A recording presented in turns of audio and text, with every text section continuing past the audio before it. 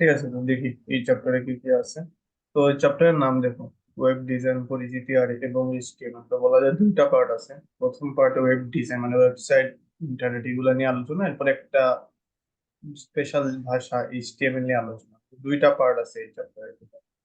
তো একদম প্রথমে কি কি শিখতে হবে দেখো, এখানে একটা কয়েকটা সংজ্ঞা শিখতে হবে আমাদের, যে এই সংজ্ঞাগুলা কি কি।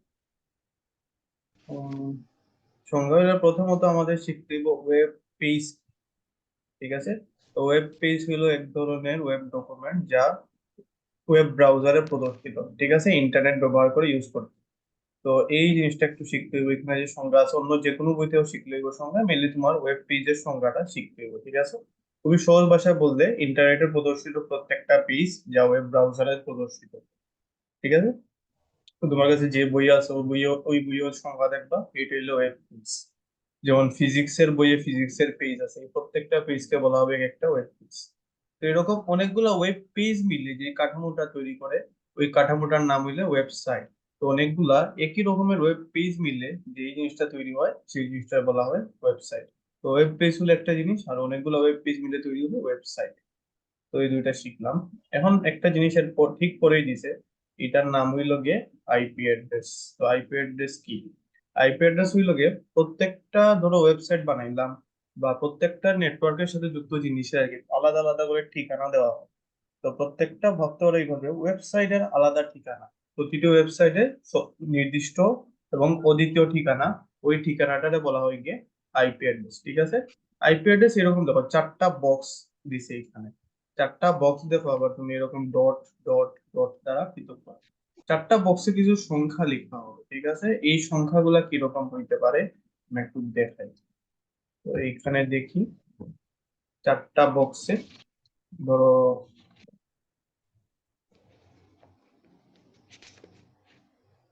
আমরা বলছি আইপি অ্যাড্রেসে এরকম চারটা বক্স থাকবে। ধরো এই একটা বক্স, এরপরে এই ডট, এরপরে আরেকটা বক্স, এই হইলে আরেকটা ডট, এরপরে আরেকটা বক্স, এরপরে আরেকটা ডট, এরপরে এই হইলে এরকম চারটা জায়গায় কিছু আমরা সংখ্যা লিখবো। এখন এই সংখ্যাগুলা আসলে কোন কোন সংখ্যা হইতে পারে? তো এই সংখ্যাগুলা হইতে পারে 0 থেকে 255 এর ভিতরে যে কোনো সংখ্যা হইতে পারে। ঠিক আছে, তো এইখানে আমরা 0 থেকে 255 এর ভিতর যে কোনো সংখ্যা লিখতে পারবো। এইখানেও 0 থেকে 255 এর ভিতর যে কোনো সংখ্যা, এইখানেও 0 থেকে 55 এর ভিতর, এইখানেও 0 থেকে 55 এর ভিতর। মানে আইপি অ্যাড্রেসে আমরা 0 থেকে 55 এর ভিতর পর্যন্ত যে কোনো সংখ্যা লিখতে পারি।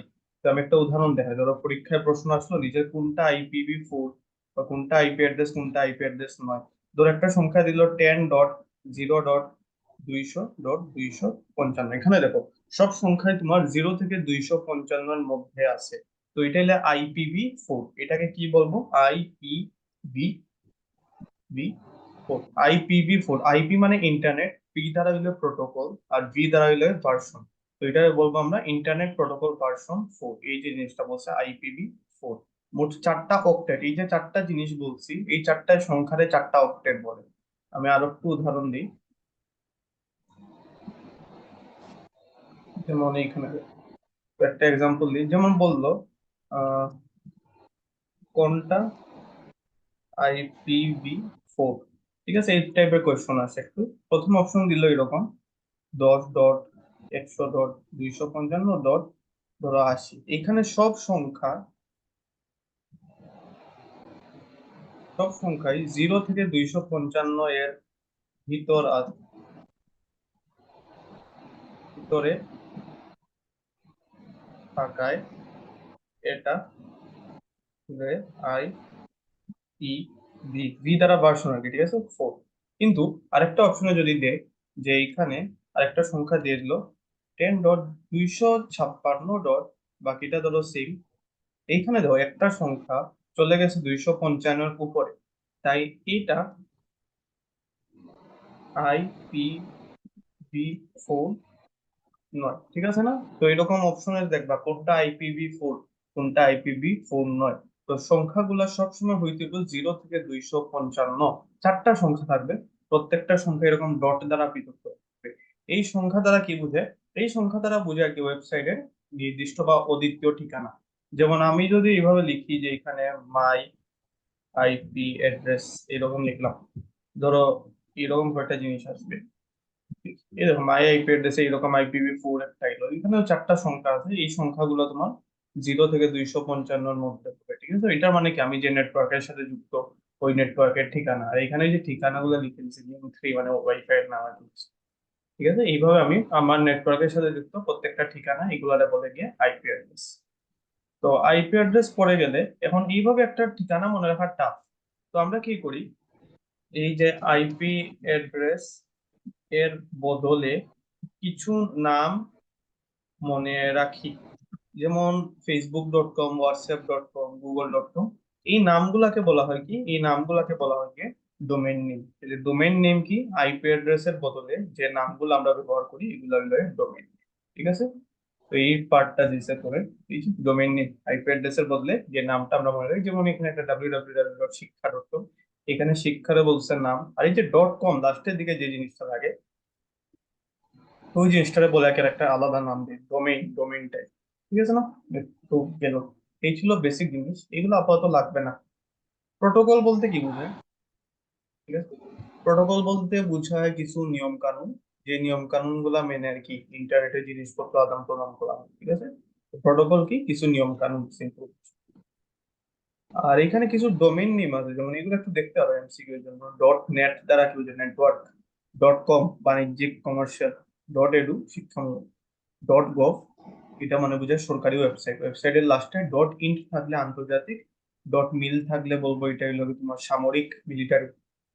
.org মানে অলাভজনক প্রতিষ্ঠান, ঠিক আছে, এই টাইপের জিনিস। ওয়েব ব্রাউজার কি, যেটার মাধ্যমে আমরা ওয়েবসাইট দেখতে পাই, যেমন এই যে ফায়ারফক্স দেখতেছো তো এটা আমি ওপেন করি, এটা হলো একটা ব্রাউজার, এটা হলো ক্রোম, এটা হলো মাইক্রোসফট এজ। তো ওয়েব ব্রাউজার কি, যেটার মাধ্যমে আমরা ওয়েবসাইট গুলা দেখতে পাই। ওয়েব ব্রাউজার কি কি, পপুলার ওয়েব ব্রাউজার হইলো মজিলা, ফায়ারফক্স, এগুলো এমসিকিউ এর জন্য। আর একটা হইলো ক্রোম, তারপরে মাইক্রোসফট, এগুলো একটু জাস্ট দেখতে, আমি রেকর্ড করতেছি যেহেতু আবার দিব। তো এগুলো হলো ব্রাউজার, যেগুলোর মাধ্যমে আমরা ওয়েব পেজ বা ওয়েবসাইট প্রদর্শিত করি। ওয়েব পেজ কি, একটা স্পেসিফিক পেজ না বলবো ওয়েব পেজ, আর এরকম অনেকগুলো ওয়েব পেজ মিলে যে জিনিসটা তৈরি হয় এটা হলো ওয়েবসাইট। এখানে কয়েকটা নাম দিয়েছে, আমি জাস্ট একটা উদাহরণ দিচ্ছি, এই নামগুলো একবার দেখে নিচ্ছি। হোম পেজ, ধরো যে কোনো ওয়েব পেজে ঢুকলে প্রথমে যে পেজটা আসবে ওই পেজটা হইলো ওয়েব পেজের হোম পেজ, ঠিক আছে। হোম পেজ কি, কোনো ওয়েবসাইটে ঢুকলে প্রথম যে পেজটা আসে সেই পেজটা হইলো তার হোম পেজ। এখানে অনেক কিছু দিছে, এগুলো আপাতত লাগবে না। ওয়েবসাইটের কাঠামো, এই পার্টটা ইম্পর্টেন্ট সবচেয়ে সিকিউর জন্য আমাদের, ঠিক আছে। তো দেখি, ওয়েবসাইটের কাঠামো 3 ধরনের পেজ আছে বলতে কি, ধরো একদম প্রথমে যেটা, এটা হোম পেজ, হোম পেজ থেকে যেটা বের হইছে এটাকে বলি মূল পেজ। আর এরপরে উপধারা পেজ বা সাব পেজ হইলে এগুলা, ঠিক আছে। হোম পেজ, পরেরটা মূল পেজ, পরেরটা হইলে সাব পেজ। ধরো তোমার কাছে 3টা পৃষ্ঠা আছে, প্রথম পৃষ্ঠাটা বলবো হোম পেজ, দ্বিতীয় পৃষ্ঠাটা বলবো মেইন পেজ, তৃতীয় পৃষ্ঠাটা বলবো উপ পেজ বা সাব পেজ। তো আমাদের কাঠামোটা যে ওয়েবসাইটটা কিরকম ভাবে বানানো, এই কাঠামোটা এইভাবে 4টা ভাগে ভাগ করা হয়। প্রথমে যেটা এই বইয়ে দিয়েছে এটা হলো ট্রি কাঠামো, ঠিক আছে। ট্রি কাঠামো জিনিসটা কি? ধরো আহ একটু দেখান দিই, ট্রি কাঠামো,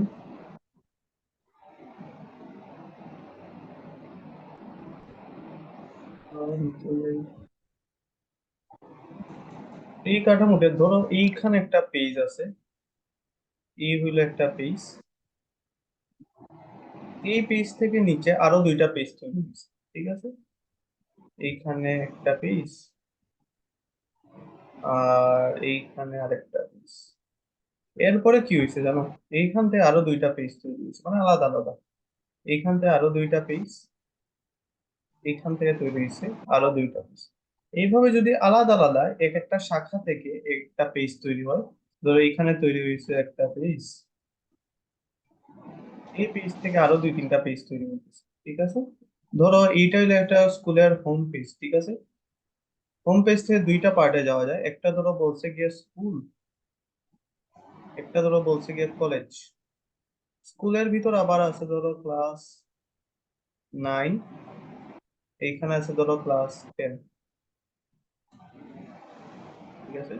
কলেজের ভিতর আবার আছে ধরো 11, এরপরে এখানে একটু এমনিতে লিখে দিলাম।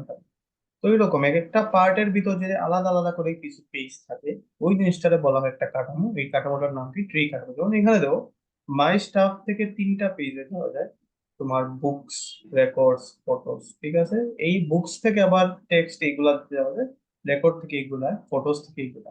বুক থেকে ডাইরেক্ট ফটোতে যাওয়া যাবে না, বুকস থেকে ফটোতে যাই দিলে বুকস থেকে স্টাফ, মাই স্টাফ থেকে ফটো, এইভাবে যাই দিলে, ঠিক আছে। তো এই পার্টটারে বলবো কি আমরা একটা শাখা, আর এই পার্টটারে বলবো কি আমরা আরেকটা শাখা। তো যেই কাঠামোতে এরকম শাখা প্রশাখা তৈরি হয়, ওই কাঠামোটারে বলা হবে গিয়ে কোন কাঠামো? ট্রি কাঠামো, ঠিক আছে। যেই কাঠামোতে এরকম শাখা প্রশাখা তৈরি হয়, ওই কাঠামোটারে বলা হয় ট্রি কাঠামো। নেটওয়ার্কটা একটু পরে দেখি, এর আগে লিনিয়ারটা দেখে নিই। লিনিয়ার কাঠামো।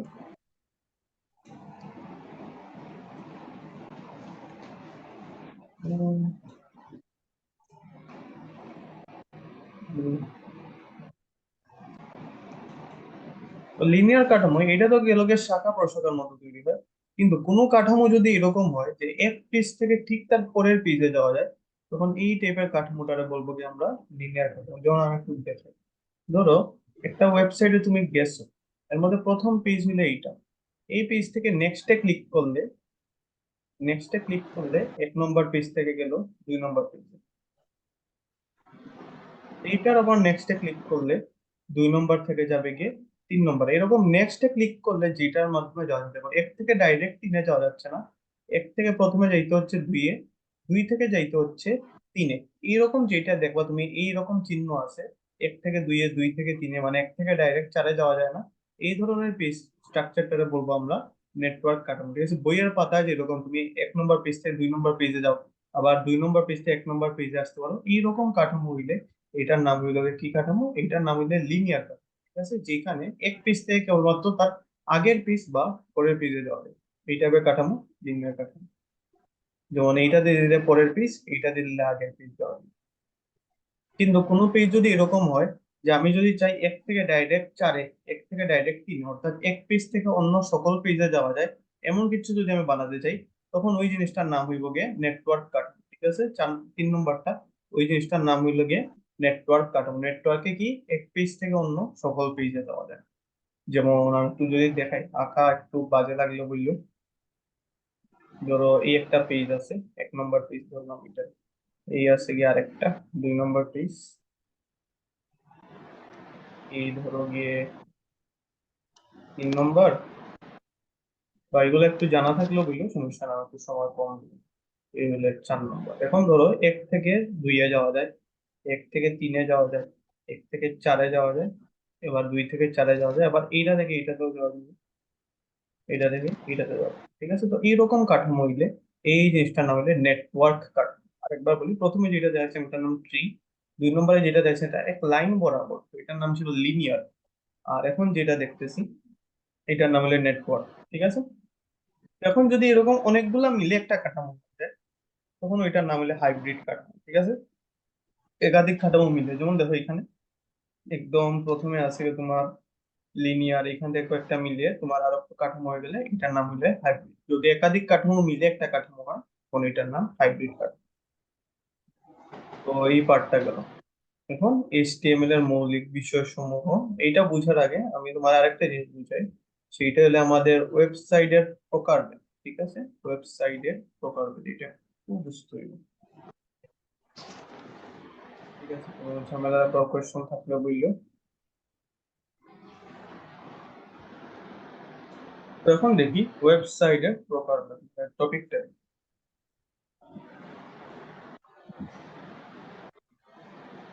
তো এইটা একটু ইম্পর্টেন্ট আছে। ওয়েবসাইটের প্রকারভেদ, ওয়েবসাইট হলে 2 প্রকার, এটা শিখে আসার মতো জিনিস। কি কি? তো ফিজিক্সে দেখবা 2টা চ্যাপ্টার আছে, স্থিতিবিদ্যা আর গতিবিদ্যা। তো এরকম এইখানেও ধরো 2 ধরনের আছে। একটা হচ্ছে স্থিতিশীল ওয়েবসাইট, যে ওয়েবসাইট গুলো চেঞ্জ হয়, এগুলাকে বলা হয় স্ট্যাটিক ওয়েবসাইট। স্ট্যাটিক ওয়েবসাইট কোনগুলা? যে ওয়েবসাইট এর ভিতর ভিতরের জিনিস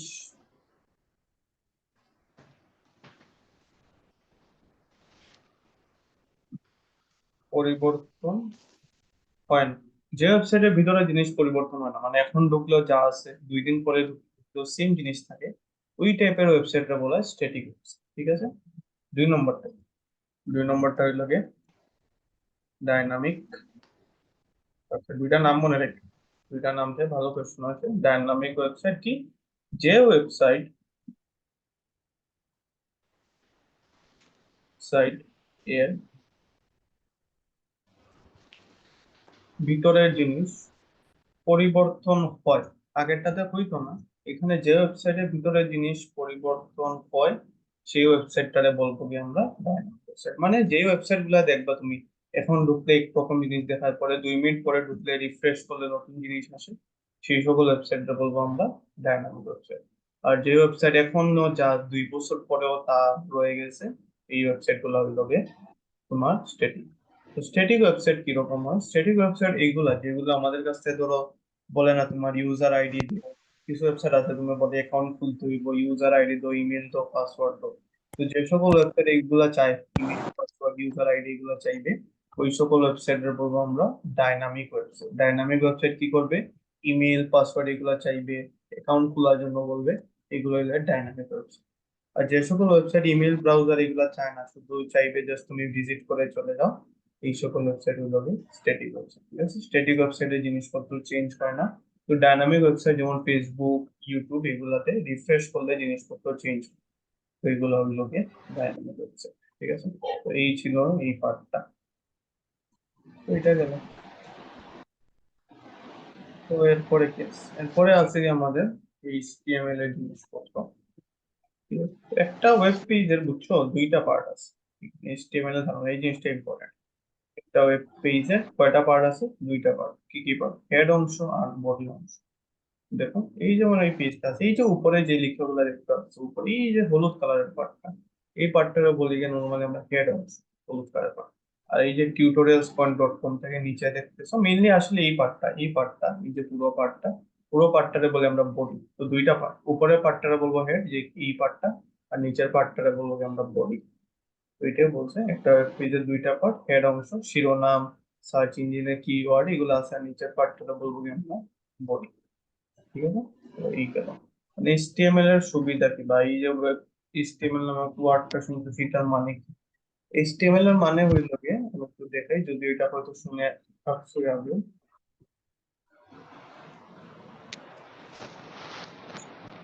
তাহলে কি করবো? এইচটিএমএল এর মানে হইল গিয়ে, এইচ দ্বারা বোঝায় হাইপার টেক্সট, এম দ্বারা বোঝায় মার্কআপ, দ্বারা ল্যাঙ্গুয়েজ। ঠিক আছে। আপাতত এটা নিয়ে ডিপলি যাওয়ার দরকার নেই, জাস্ট এটা মনে রাখবে এইচটিএমএল এর মানে হাইপার টেক্সট মার্কআপ ল্যাঙ্গুয়েজ। এটার আবিষ্কারক কে? এটা একটু মনে রাখতে হবে, টিম বার্নার্স লি, এই নামের ব্যক্তি এই এইচটিএমএল টা আবিষ্কার করছিল বা উদ্ভাবন করছিলেন। ঠিক আছে। তো এই এইচটিএমএল টা হলো এক ধরনের কেস ইনসেনসিটিভ ল্যাঙ্গুয়েজ। এই জিনিসটা মানে কি? কেস ইনসেনসিটিভ ল্যাঙ্গুয়েজ এটা মানে কি? এটার মানে হইলো যেই ভাষাটা কি করে জানো, বড় হাতের ও উপহাতের অক্ষরের মধ্যে পার্থক্য, দ্বারা বাজে হয়ে গেছে এটা, আবার বলি। পার্থক্য বুঝে না। যে ভাষার কাছে বড় হাতের এ লেখা যে আর ছোট হাতের এ লেখা যে কথা, সেই ভাষা হইলে কেস ইনসেনসিটিভ ল্যাঙ্গুয়েজ। অর্থাৎ এইখানে ক্যাপিটাল এ আর স্মল এ, ঠিক আছে, এই দুইটা এখানে সেম মিনিং বুঝায়। ঠিক আছে। যেই ভাষায় ক্যাপিটাল এ লেখা যে কথা, স্মল এ লেখাও সেম জিনিস, সেই ভাষাটাকে বলা হবে কেস ইনসেনসিটিভ। যেহেতু এইচটিএমএল এর কাছে ক্যাপিটাল এ আর স্মল এ একই জিনিস, এইচটিএমএল হলো একটা কেস ইনসেনসিটিভ ল্যাঙ্গুয়েজ। অল্প একটু জানলে মানে নতুন একটা জিনিস জানতে হবে। তো আমাদের ভাষা যে বাংলা ভাষা, এইচটিএমএল একটা ভাষা এরকম, বাংলা ভাষা, বাংলা ভাষার মূল উপাদান হইল ধ্বনি। এইচটিএমএল এরও মূল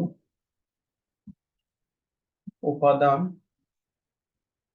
কি? এইচটিএমএল এর মূল উপাদান হইল গিয়ে ট্যাগ। ঠিক আছে। ট্যাগ কি রকম দেখতে? এই রকম চিহ্ন, এই চিহ্নের ভিতর কিছু লেখা হলে, কিছু লেখা হলে ওই জিনিসটাকে বলবো কি আমরা ট্যাগ। ঠিক আছে, এই চিহ্ন ছোট, গ্রেটার দেন স্মলার দেন, যেটা তুমি পড়ে আসছো, এইটা লেখা, এইটার ভিতর কিছু লেখা হবে, ওই জিনিসটাকে বলবো যে আমরা ট্যাগ। ঠিক আছে, তো ট্যাগ হইল কি HTML এর মূল উপাদান। তো এই ট্যাগ কয় প্রকার এইটা এখন একটু জান। তো আমাদের যে ট্যাগ জিনিসটা, এটা হইলে দুই প্রকার।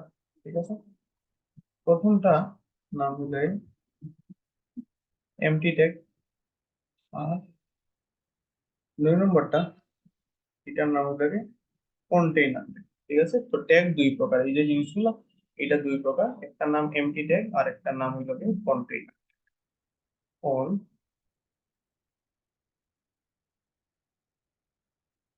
তো একটু দেখি কি করা।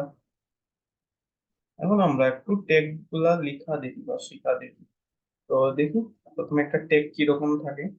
তো নর্মালি এই চিহ্ন, এর ভিতর তুমি যাই লিখো না কেন, ওই জিনিসটারে বলি আমরা ট্যাগের নাম। তো ট্যাগে এরকম লিখে মাঝখানে কিছু লেখা হবে, কিছু লিখে এরকম জাস্ট এই চিহ্ন দিয়ে ওই নামটা আরেকবার লিখি। ঠিক আছে, তো এইখানে একটা এক্সাম্পল হিসেবে আমি দিছি ট্যাগ নেম দুইবার লিখছি। তো কিভাবে আমরা ট্যাগ ব্যবহার করবো, তো এইরকম চিহ্নের ভিতর কিছু লিখবো, মাঝখানে অনেক কিছু লিখবো, এটা একটু পরেই দেখবো, আর এরকম চিহ্নের ভিতর কিছু লিখবো। এই যে জিনিসটা লিখছি, এই জাস্ট এই চিহ্নের ভিতর কিছু লিখে রাখলে, এরকম কিছু লিখে রাখলে, এটারে বলা হয় ওপেনিং। ঠিক আছে, আর সেম জিনিসটার সাথে যদি একটা জাস্ট তুমি স্ল্যাশ অ্যাড করে দাও, জাস্ট একটা সামনে স্ল্যাশ, এই জিনিসটা যদি খালি অ্যাড করে দাও, তখন এই জিনিসটার একটা নতুন নাম হবে, সেই জিনিসটার নাম হবে ক্লোজিং ট্যাগ। ঠিক আছে, তো দুই ধরনের জিনিস দেখলাম, একটা হইল ওপেনিং ট্যাগ আর একটা হইল ক্লোজিং। ঠিক আছে, তো এই ওপেনিং ট্যাগ কি, ক্লোজিং ট্যাগ কি, এগুলোর কাজ এখন আমরা দেখি, আর এমটি ট্যাগ, কন্টেইনার ট্যাগ, এগুলা দেখি। তো প্রথমে দেখুন আমরা এমটি ট্যাগ, এইখানে ওপেনিং বা ক্লোজিং যে কোনো একটা ব্যবহার করলে, ওপেনিং ক্লোজিং যে কোনো একটা যেই ট্যাগে ব্যবহার করলে হয়, ওই ট্যাগটারে বলি আমরা এমটি। ঠিক আছে, তো একটা এমটি ট্যাগের নাম লিখে এরপর আমি তোমাদের একটু পরিচয় দেখাবো। মানে একটা ট্যাগ নাম হলে বিআর, এইটার মানে হইলে ব্রেক ট্যাগ। ঠিক আছে, এইটা কি করে, এইটা আমাদের এইচটিএমএল এ নতুন লাইন বানাতে ব্যবহার ব্যবহার করা হয়। ঠিক আছে, একটার নাম হইল গিয়ে ব্রেক ট্যাগ। তো আরো কয়েকটা আছে, আগে একটু নাম জেনে নিই, এরপর আমি তোমাদেরকে দেখাবো একটা কাজ।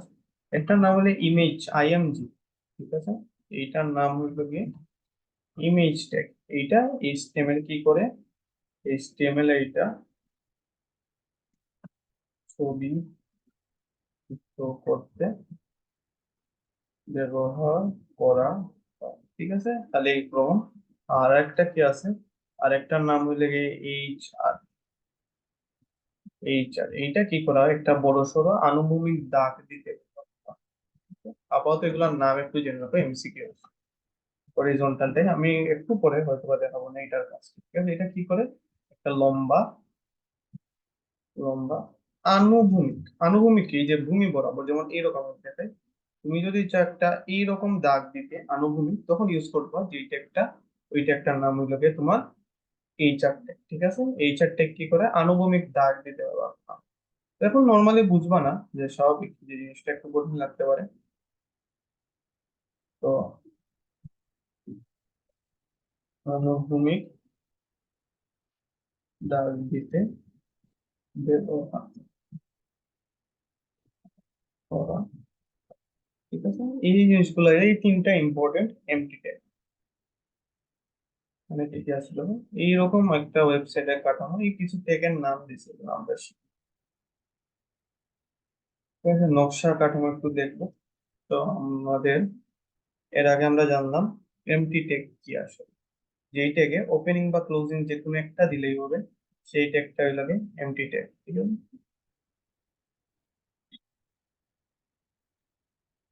এটার একটু উপরে নিলাম।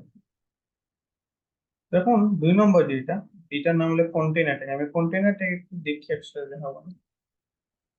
আর তোমার ওই ক্লাসের টাইম হয়ে গেলে বললাম, আমি নর্মালি বেশি লিখি না, আরো 10 মিনিটের মতো দেখাবো না, আজকে আজকে একটু কম দেখি, তোমার ভালো লাগলে নেক্সট দিন থেকে আরো দেখাবো।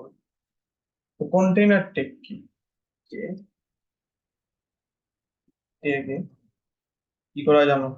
ওপেনিং ও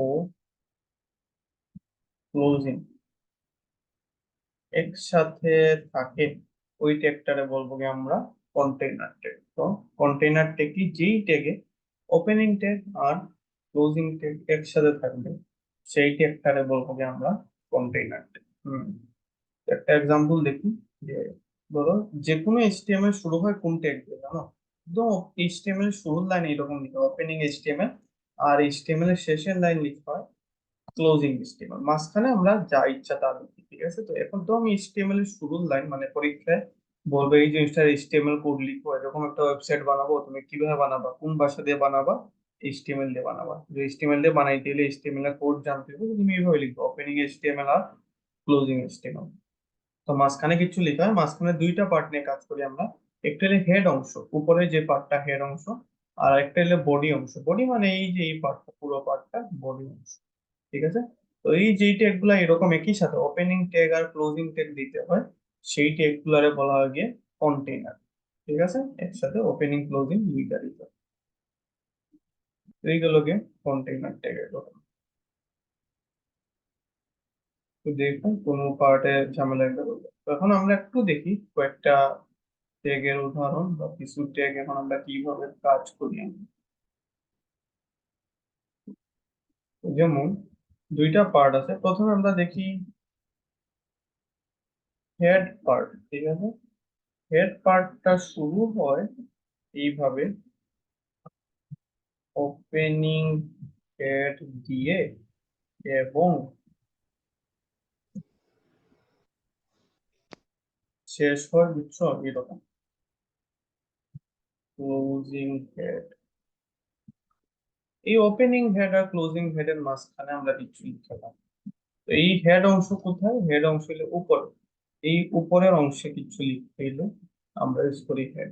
এইখানে কোন ট্যাগ ইউজ করা হয়? এইখানে নর্মালি আমরা যদি আমাদের চাই ওয়েবসাইটের টাইটেল, বা অন্য ভাষায় বলতে শিরোনাম দিতে হলে এই অংশ ব্যবহার করা হয়। একটা ওয়েবসাইটের টাইটেল বা ঠিকানা যদি দিতে যাই, তখন আমরা নর্মালি হেড অংশটা ব্যবহার করি, ঠিক আছে?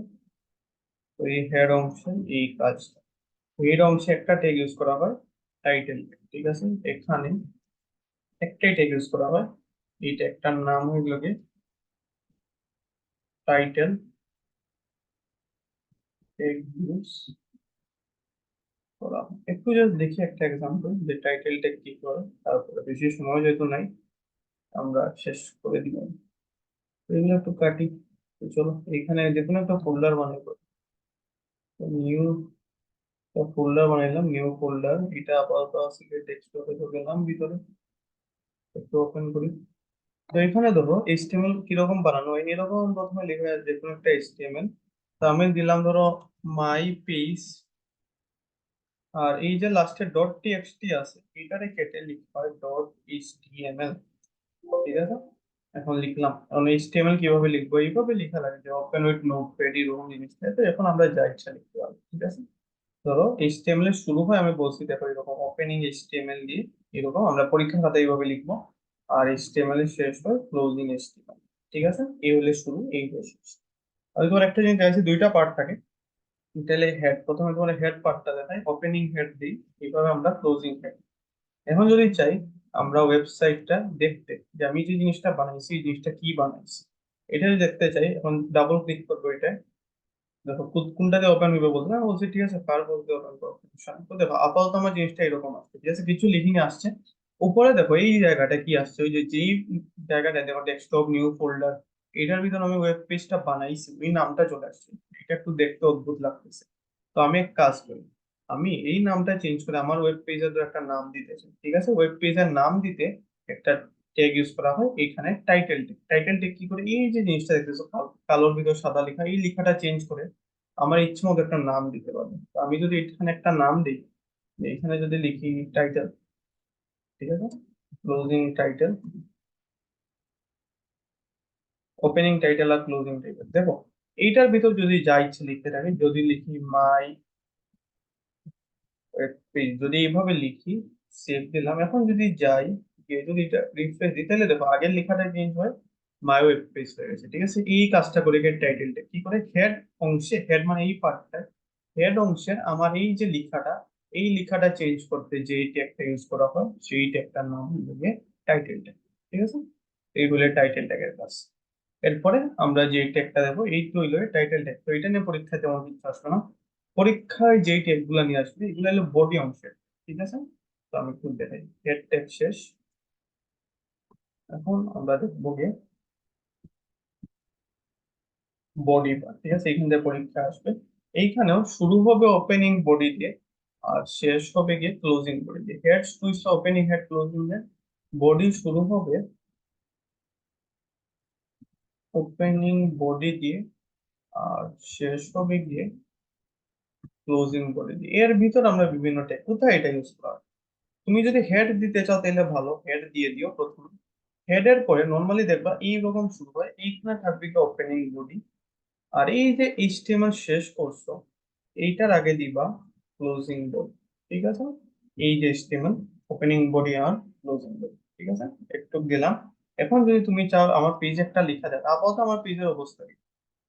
আপাতত আমার পেজে কোনো লেখা নেই, কিন্তু আমি যদি চাই আমার পেজের লেখাটা একটু চেঞ্জ করতে, ধরো আমি এরকম হ্যালো লেখা একটা দিলাম, এই হ্যালো লেখাটা যদি আমি এখন রিফ্রেশ দিই, তাহলে দেখো হ্যালো লেখাটা চলে আসছে। তুমি বডি এর ভিতর যাই লিখো না কেন, বি পার্টটা তোমার ওয়েব পেজে প্রদর্শিত হবে।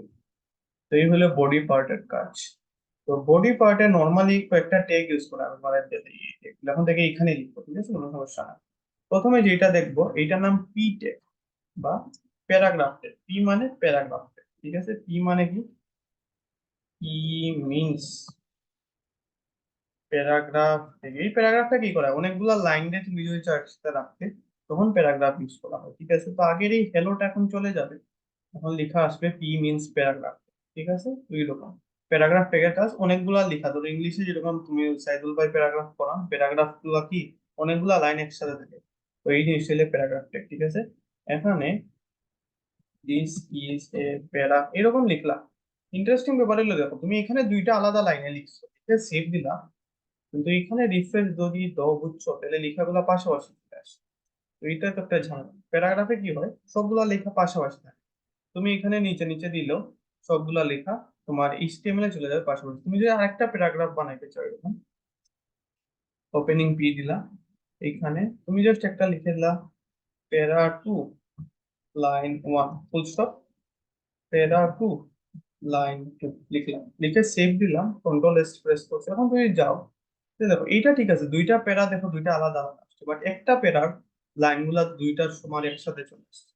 এখন আমি কি চাই, আমি চাই এই লাইনের নিচে প্যারা ওয়ান এর লাইন ওয়ান যেটা আছে এটার নিচে লাইন টু আসবে, এখানে যেরকম পাশাপাশি চলে আসছে না, আমি চাচ্ছি এই লাইনের নিচে আসবে লাইন টু।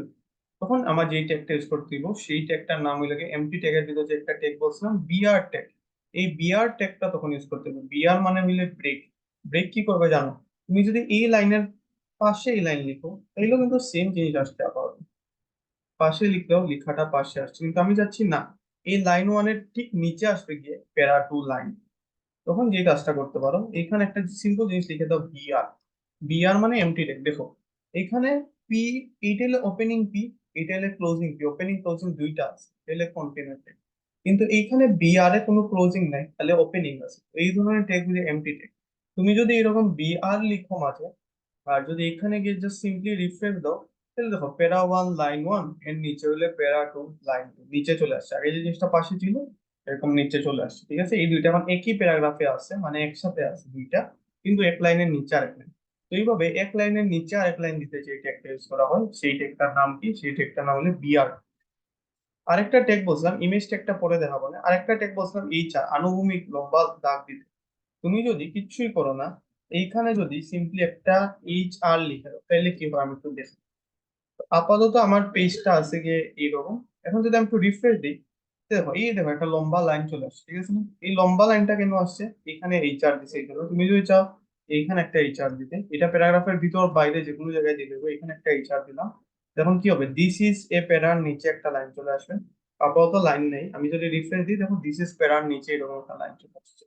তো এরকম লাইন আমার কাজ কে করে, এরকম লাইন আমার কাজ করে কি, প্যারাগ্রাফ। ঠিক আছে? তো এই গেল কি আলোচনা। ঠিক আছে? তো আজকে আমরা